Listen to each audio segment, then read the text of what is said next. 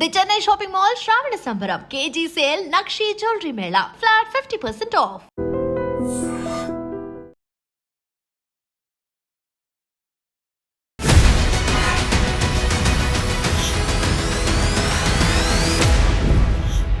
నమస్తే, నేను Kavitha. Welcome to I dream. ప్రస్తుతం నేనున్నాను ఫ్రీమాంట్లో, ఇక్కడ కాలిఫోర్నియా.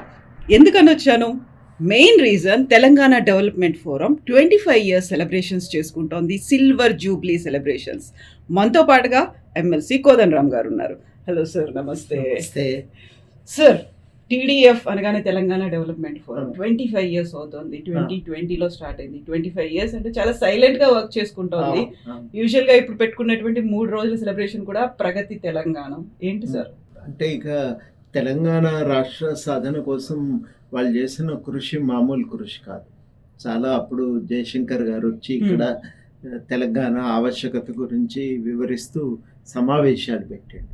ఆ సమావేశాల ఫలితంగా ఇక్కడ టీడీఎఫ్ అనే సంస్థ ఇక్కడ వాళ్ళందరూ కలిసి వాళ్ళు పెట్టుకొని తెలంగాణ రాష్ట్ర సాధన కోసం వాళ్ళు పనిచేశారు. వాళ్ళ పద్ధతుల్లో వాళ్ళు పనిచేశారు.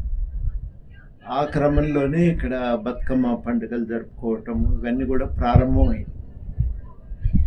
అట్లా రాష్ట్రం సాధించుకోవటంలో ఒక పాత్ర పోషించిన తర్వాత మరి తెలంగాణ ఏర్పడ్డాక ఏం చేయాలనే ప్రశ్న కూడా వస్తుంది కదా. వాళ్ళంతా తెలంగాణ అభివృద్ధి కోసం మన వంతు కృషి చేద్దామని నిర్ణయించుకొని అక్కడి రకరకాల ప్రయోగాలు, ఎవరికైనా అంతే కదా, ఒక రోజుతో ఆలోచన రాదు. ఆ ప్రయోగాల ఫలితంగా వాళ్ళు చివరికి ఏర్పాటు తీసుకున్న నిర్ణయం ఏంటంటే తెలంగాణ సమస్యల మీద చర్చ చేయాలి. తెలంగాణలో తలెత్తుతున్న సమస్యల మీద చర్చ చేయటమే కాక పాలసీ డాక్యుమెంట్ లాగా నిర్దిష్టంగా తయారు చేయాలి. వాటిని ప్రభుత్వానికి అందజేయాలి. అవి అమల్లోకి తేవటానికి ప్రయత్నం చేయాలి. అంతేకాకుండా తమకు తోచిన పద్ధతుల్లో తాము ఈ అభివృద్ధి కార్యక్రమాల్లో పాల్గొనటం. స్కూళ్ళ అభివృద్ధి కోసం చాలా కార్యక్రమాలు చేస్తున్నారు. ఇట్లాంటి కార్యక్రమాలు చేయటం వేరే సంఘాలు కూడా చేస్తుండొచ్చు. యూజువల్గా మీరు ఇన్నేళ్లలో చూసినప్పుడు దానాలు, ఆటాలు, నాటాలు ఇవన్నీ చూసిన తర్వాత దానికి టీడీఎఫ్కి ఉన్నటువంటి తేడా ఏదైనా ఉందనిపించిందా సార్? అంటే టీడీఎఫ్ తెలంగాణ మీద ప్రధానంగా దృష్టి పెట్టి పనిచేస్తుంటుంది. రెండోది ఏంటంటే ఇది వాటితో పోలిస్తే చిన్నది, వయసులో చిన్నది అయినప్పటికీ కూడా చాలా ప్రత్యేకంగా చెప్పుకోవాల్సింది ఏంటంటే ఒక నిబద్ధతతో ఒక సమూహంగా వాళ్ళు తెలంగాణ కోసం పనిచేయటం అనేది ఇక్కడ ప్రత్యేకంగా చెప్పుకోవాల్సిన విషయం. ఎక్కడ తెలంగాణలో ఏ సమస్య తలెత్తినా వెంటనే వాలిపోయి సమస్యను అర్థం చేసుకొని పరిష్కారానికి తమ వంతుగా ప్రతిపాదనలు తయారు చేసి ఆ తర్వాత వాటి అమలు కోసం తమ ప్రయత్నం తాము చేస్తూ ఉంటారు. ఎన్ఆర్ఐలు చాలామంది చేస్తుంటారు, కానీ ఒక సమిష్టిగా ఒక సంఘటితంగా టీడీఎఫ్ అనే బ్యానర్ మీద ఈ పని చేయటం చాలా సంతోషదాయకం, అభినందనీయమైనటువంటి కృషి ఇది. చాలా ఈ క్రమంలోనే 25 ఏళ్ల క్రమంలో బాగా సాన్నిధ్యం కూడా ఏర్పడ్డది. మిగతా సంఘాల కంటే నేను ఆటా కాన్ఫరెన్స్ కూడా హాజరైనా. మిగతా వాటన్నింటికంటే టీడీఎఫ్ వాళ్ళతో ఎక్కువ ఈ ఉద్యమ క్రమంలో ఫోన్లో మాట్లాడుకోవటము,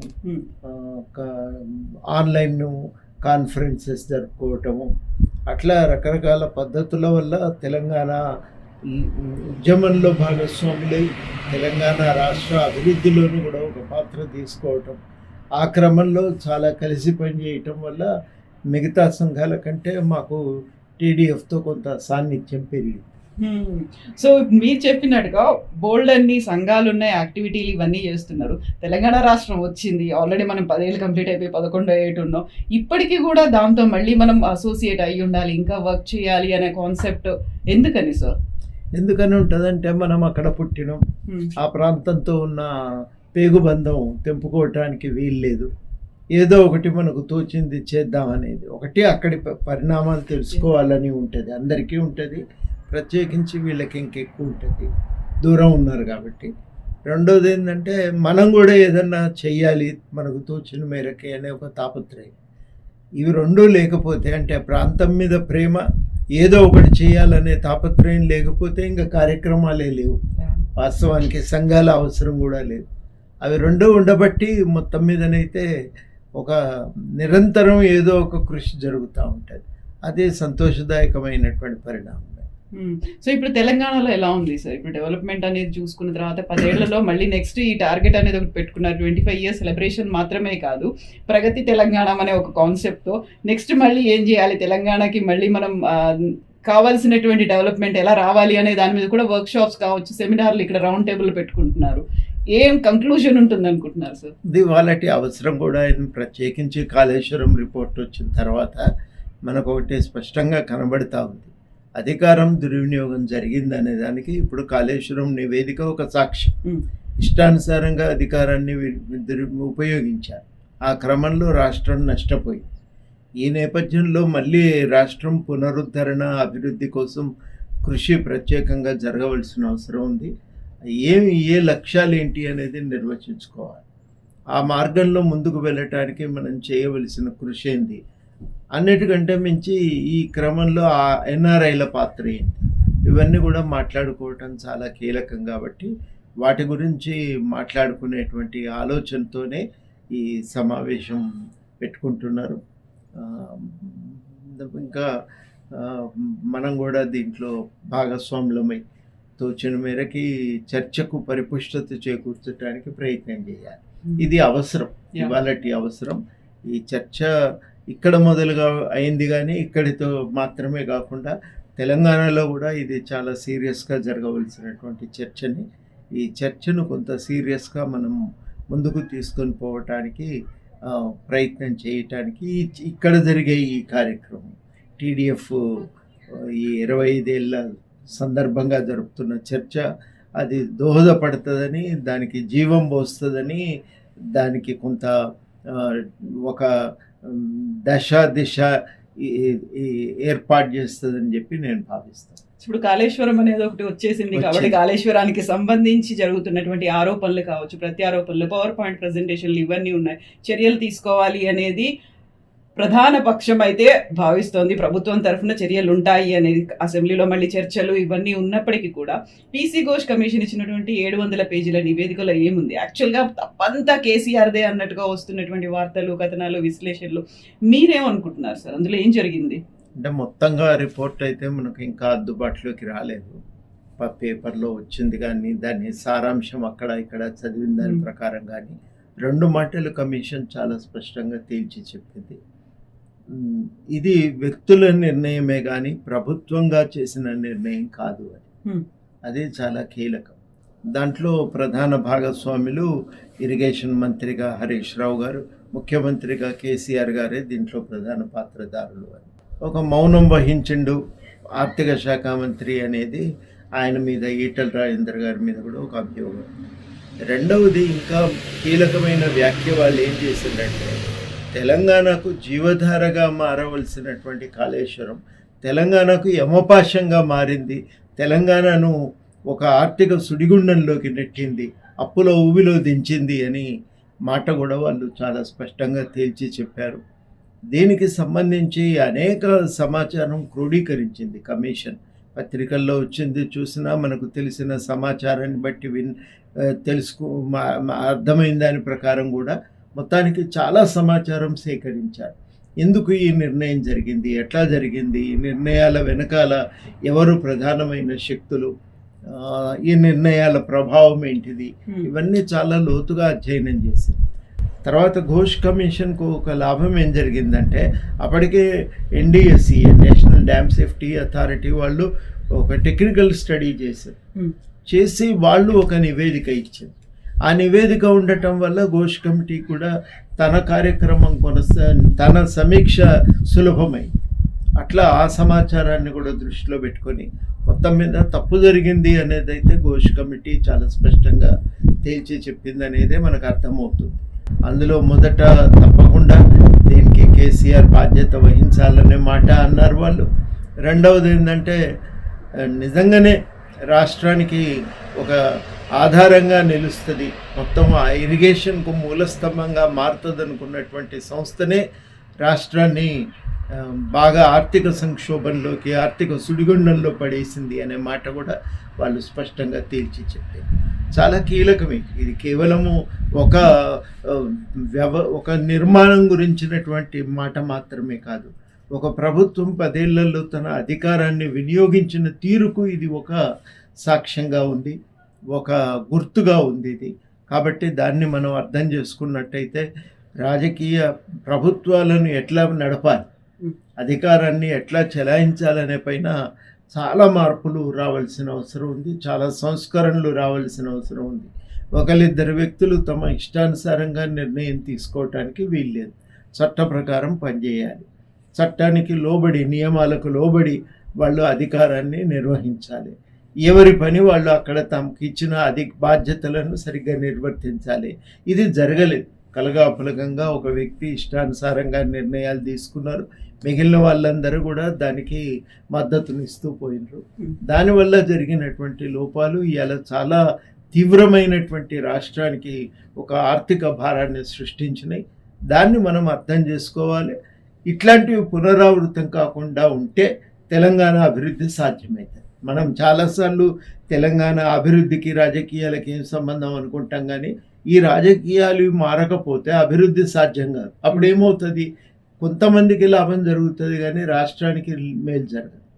అందరికీ మేలు జరగాలి రాష్ట్రంలో అని అంటే అప్పుడు ఈ రాజకీయాలు పోవాలి, రాజకీయాలు మారాలి, ప్రభుత్వ పని విధానం మారుతుంది. అప్పుడు ప్రభుత్వ పని విధానం మారితే ఉన్న వనరులతో రాష్ట్రాభివృద్ధి గురించి సీరియస్గా చర్చించుకోవటానికి వెసులుబాటు కలుగుతుంది. ఆ చర్చను ముందుకు తీసుకెళ్లే దగ్గర ఈ టీడీఎఫ్ లాంటి వాళ్ళు పెట్టేటువంటి మీటింగ్స్ చాలా ఉపయోగంగా ఉంటాయి, దోహదపడతాయి. నేను అనుకోవటం సందర్భం చాలా కీలకమై, ఒకవైపు రాష్ట్రంలో ఈ కమిషన్ల నివేదికలు వచ్చి, ఇంకోవైపు కులగణన జరిగి దానిపైన కూడా ఒక నివేదిక వచ్చిన నేపథ్యంలో ఈ చర్చకు చాలా ప్రాధాన్యత ఉంది. రేపు ఏం చేస్తాం, మనం ఏం చేయవలసి ఉంటుంది అనే దానిపైన చాలా లోతుగా ఆలోచించుకోవటానికి ఈ నివేదిక, ఈ చర్చ ఉపయోగపడుతుందని నేను అనుకుంటున్నా. అందుకని చాలా కీలకమైన సందర్భం, చాలా కీలకమైన సమావేశం అనేది నా అభిప్రాయం. సరే, ఇప్పుడు నీళ్లు, నిధులు, నియామకాలనే తెలంగాణ రాష్ట్రం వచ్చింది. 10 ఏళ్ల పాలనలో కాళేశ్వరంకి ఇచ్చినంత ప్రయారిటీ కేసీఆర్ ప్రభుత్వం దేనికి ఇవ్వలేదు. సో ఇప్పుడు 1 కోటి ఎకరాల మాగాని చెయ్యాలి అనుకున్నప్పుడు ఇన్ని ప్రాజెక్టులతో ఇన్ని ఎకరాలకు నీళ్లు వచ్చినాయి, వరి ఇంత పండింది, రికార్డ్ స్థాయిలో వచ్చింది అనుకున్నప్పుడు అందులో ఏదో చిన్న అవకతవకలు జరిగాయి అనే దాని మీదే ఫోకస్ పెడుతున్నారు, మిగతా దాన్ని ఎందుకు చూడట్లేదు అనే మాట. వాస్తవం అట్లా లేదది. పండిందంత కాళేశ్వరం వల్లనే అనుకుంటే చాలా పొరపాటు. ఎక్కడ నీటి చుక్క కనబడ్డా కాళేశ్వరం నుంచే వచ్చిందని చెప్తే బటన వేలకు బొడితలకు లింకు పెట్టినట్టు అవుతుంది. మన దగ్గర ఇంకా సూటిగా ఏమంటారంటే ఫకీర్ సాబ్కు గోకులాష్టానికి సంబంధం అయింది. ఇట్లా ఉండదు, దేని వ్యవహారం అదే. ఇక్కడ వర్షాలు బాగుపడ్డాయి, కొంత చెరువులు నీళ్లు నిండినాయి, అందువల్ల ఈ లాభం జరిగింది. కాళేశ్వరం వల్ల జరిగినటువంటి ప్రయోజనం చాలా పరిమితమైంది. 50-60 వేల ఎకరాల కంటే మించి కాళేశ్వరం వల్ల ప్రయోజనం చేకూరలేదు. కాబట్టి కాళేశ్వరం వల్లే జరిగింది అనుకోవటము అది తప్పుడు ప్రచారం. అందువల్ల కాళేశ్వరాన్ని ఎత్తి చూపి గొప్ప చేసి ప్రయత్నం చేస్తున్నారు. అది వాస్తవం కాదు, అది అబద్ధము. అట్లాంటి అబద్ధంతో ప్రచారం చేస్తే ప్రయోజనం కూడా టీఆర్ఎస్కి ఉండదని చెప్పి నేను అనుకుంటున్నా. ముందు వాస్తవాలను గుర్తించండి, జరిగిన విషయాలను అర్థం చేసుకోండి. మీ తప్పులు ఉన్నప్పుడు చెప్పలేసుకోండి, ఇంకోసారి ఇట్లా జరగనీయము అనే విషయాన్ని నిర్ధారణకు రండి. ఇది నేను వారికి చేసేటువంటి సూచన. సరే, అది వాళ్ళ ఇష్టం, వాళ్ళ అంతర్గత నిర్ణయం, వాళ్ళ పార్టీకి సంబంధించిన వ్యవహారం, దానిపైన మాట్లాడే అధికారం నాకు ఎక్కువ లేదు అనుకోండి. లేని దాని గురించి మాట్లాడటం ఇక్కడ సమంజసం కూడా కాదు. కాబట్టి చాలా కీలకమైందంటే ఒక కీలకమైన ఒక అంశము మనకు కనబడుతుంది, ఇది ఇట్లా పనిచేయటానికి వీల్లేదని నిర్ణయించుకుంటేనే మనం భవిష్యత్తులో ముందుకు పోగలం. కాబట్టి కాళేశ్వరం నివేదికను దృష్టిలో పెట్టుకున్నప్పుడు మొట్టమొదట ముందు ఈ పని విధానం ప్రభుత్వాలు వదులుకోవాలనేది నిర్ణయించుకోవాలి. రెండవది చాలా కీలకం, చట్ట ప్రకారం పనిచేయాలనేది ఒక భాగం అయితే, రెండవది చాలా కీలకం, ఉన్న వనరులు ఉద్యమాకాంక్షల సాధన కోసం జాగ్రత్తగా ఉపయోగించాలి, ఒకరిద్దరు వ్యక్తుల ప్రయోజనాల కోసం కాదు అనేది మనం ఒక లక్ష్యానికి కనుక రాగలిగితే, మూడవది ఏం చేయాలి, ఏ వర్గాల కోసం చేయాలనేది నిర్ణయించుకోవటానికి కులగణన ఆధారంగా ఇప్పుడు జస్టిస్ సుదర్శన్ రెడ్డి గారి కమిటీ తీసుకొచ్చిన నివేదిక ఉంది. ఆ నివేదిక వెనుకబాటుతనాన్ని అంచనా వేసిందని పత్రికల్లో వచ్చిన వార్తల ప్రకారం వింటున్నాం. ఆ వెనుకబాటుతనాన్ని ప్రాతిపదికన అభివృద్ధి కోసం నిర్మూలనకు, ఆ వెనుకబాటుతనాన్ని నిర్మూలించి ప్రజలందరికీ అభివృద్ధి అవకాశాలు కల్పించడానికి ఏం చేయాలి అనేది మనం ఇవాళ సూటిగా ఆలోచించుకోవాలి. నేను అనుకోవటం ఆ విషయాల మీదే ఇవాళ ఒక చర్చ జరిగితే మనకు ఉపయోగకరంగా ఉంటుంది. Yes sir, thank you so much. మనం హైదరాబాద్ పోయిన తర్వాత మళ్ళీ మాట్లాడుకుందాం sir. Thanks. Thank you so much. That's all from Kavitha from Fremont, California. నిజంగా ప్రస్తుతం ఉన్నటువంటి సమాజం దేనికి ప్రయారిటీ ఇస్తుంది? ఆర్థిక సంబంధాల చుట్టూ మాత్రమే తిరుగుతోంది. మళ్ళీ ఎన్నికలంగానే చాలా విరక్తి కలుగుతాం. మంచి అనిపిస్తుంది కదా, లేడీస్ కూడా ఛాలెంజింగ్ జాబ్స్ చేసినప్పుడు చాలా బాగుంటది. ట్రాఫిక్ అసిస్టెంట్స్ గా నియమించిన ట్రాన్స్జెండర్స్ అందరితో సాల్యూట్ చేయించుకుంటున్నారు. ఫుడ్ డెలివరీ ఇవ్వటానికి వెళ్ళినటువంటి డెలివరీ బాయ్ అనిల్ పై కళ్ళ ముందు పెళ్ళండి